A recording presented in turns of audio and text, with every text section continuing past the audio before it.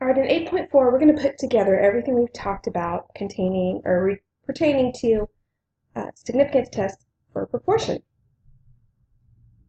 So to perform a significance test, we state the hypothesis, we check conditions, calculate a test statistic and a p-value, and draw a conclusion in the context of the problem. The four-step process is ideal for organizing our work. So that's what we're going to refer to and we're going to be using as we do this. State, plan, do, conclude. We've done these before.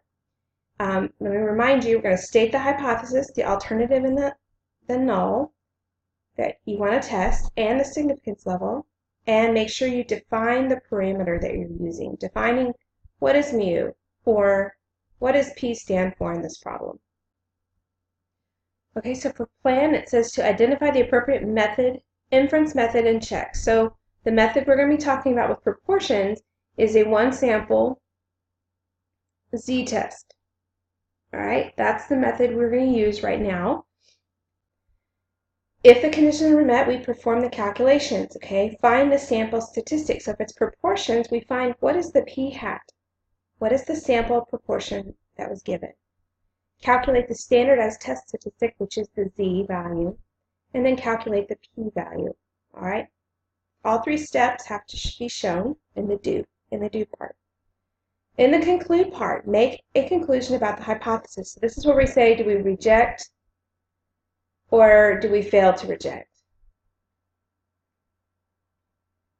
All right, so you know this, you've seen this before. Now, before we dive into a problem, I want you to connect this to what we've done before. The result of a significance test begins with a decision to reject or fail to reject a null hypothesis. When we reject it, we're left wondering what the actual proportion would be. A confidence interval, like we just did in Chapter 7, might shed some light on this. Okay, in a previous example we did, the sample proportion was 0.68, and we did a 95% confidence interval for p, and this is what it looked like, and this is what we ended up with, this interval right over here.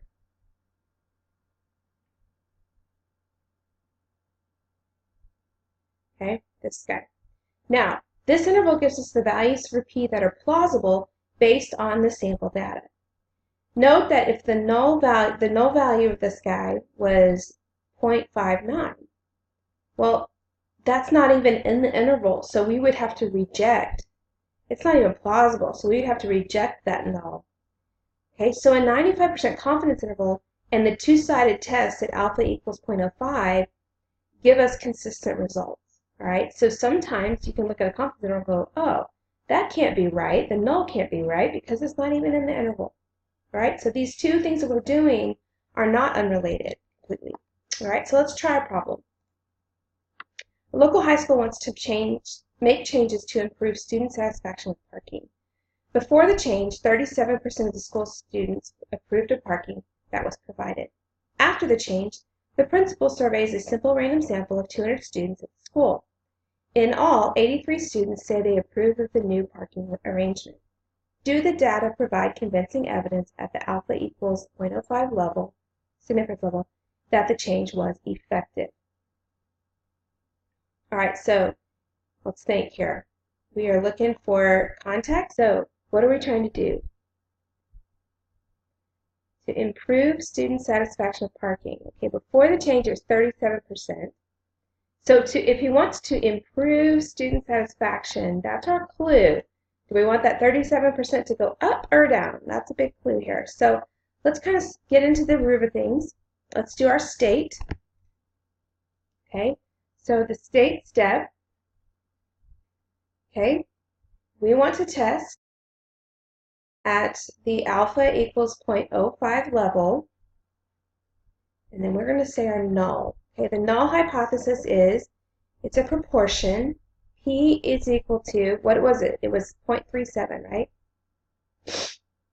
And the alternative is we think, or the principal thinks, that P is going to increase. So it's not equal to, it's going to be greater than 0.37. Okay, where P is equal to the true proportion of students' satisfaction with the parking after the change.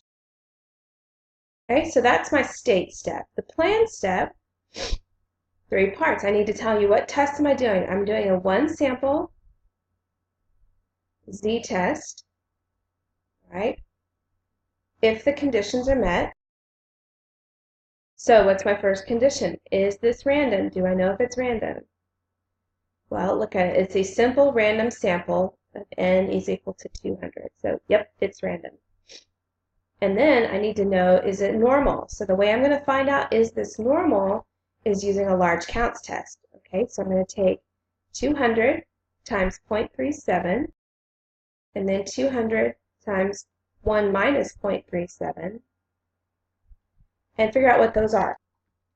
So I get 74 on this. I get 126 on this. So that's greater than or equal to 10. This is greater than or equal to 10, so I can move ahead. All right? So I've done the state and the plan step. Now, we're going to do the do step. Same problem. Let's keep going. On the do, okay, the first thing I need to do on do is find the sample statistic, or the statistic. So I need to find p hat. Okay? P hat is the proportion that we got from the sample. So he says took a sample of 200 students, and he said in all 83 of them approved. So 83 divided by 200, 0.415. Okay, that's the statistic. Now I need to find z. Okay, so let's identify some of the parts here. We know n is 200. We know our null value, the p-value, is 0.37. And that's all we need to know to be able to do our z statistics. So we're going to do p hat, so 0.415 minus 0.37. You always want to put those in parentheses, divided by all of this. That's going to be 0.37. 1 minus 0.37 is 0.63 divided by 200. And let's see what we get for z. Over 0.034, and I get a z-value of 1.3. Okay, so there's my z-value. Now, to do the p-value, think about my curve here. All right, if this is 0 in the middle, where's positive 1.3? Well, that's over here. Okay, and think about our alternative hypothesis. What did it say? It said p is greater than 0.37. So which way is it pointing? It's pointing to the right. So I'm going to shade to the right. So to get my p-value, I'm going to do normal CDF. Lower bound is 1.318. Upper bound is infinity, and then 0 and 1, and that'll generate my p-value. So I get a p-value of 0.09094. Okay, 0.094. Now that's enough. That's the p-value I need. Then the conclude step.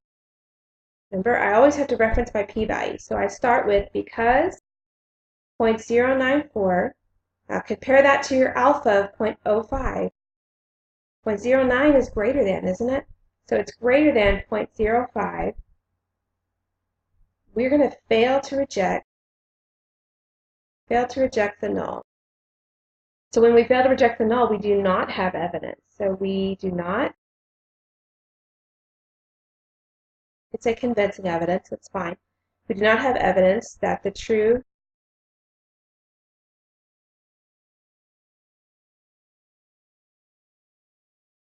proportion of students who are satisfied with the parking changes, and that's what the proportion was. Now, what do we say? Is it greater than or equal to? Well, think about the alternative was greater than, right? We always reference the alternative in our conclusion. That the true proportion of students who are satisfied with parking change is greater than 0.37, okay? Or 37%, doesn't matter. So back up and read it, make sure it makes sense. Because 0.09 is greater than 0.05, we fail to reject the null. We do not have evidence that the true proportion of students who are satisfied with the parking change is greater than 0.37. Okay? All right, so there's one full example of the 4-step process for you.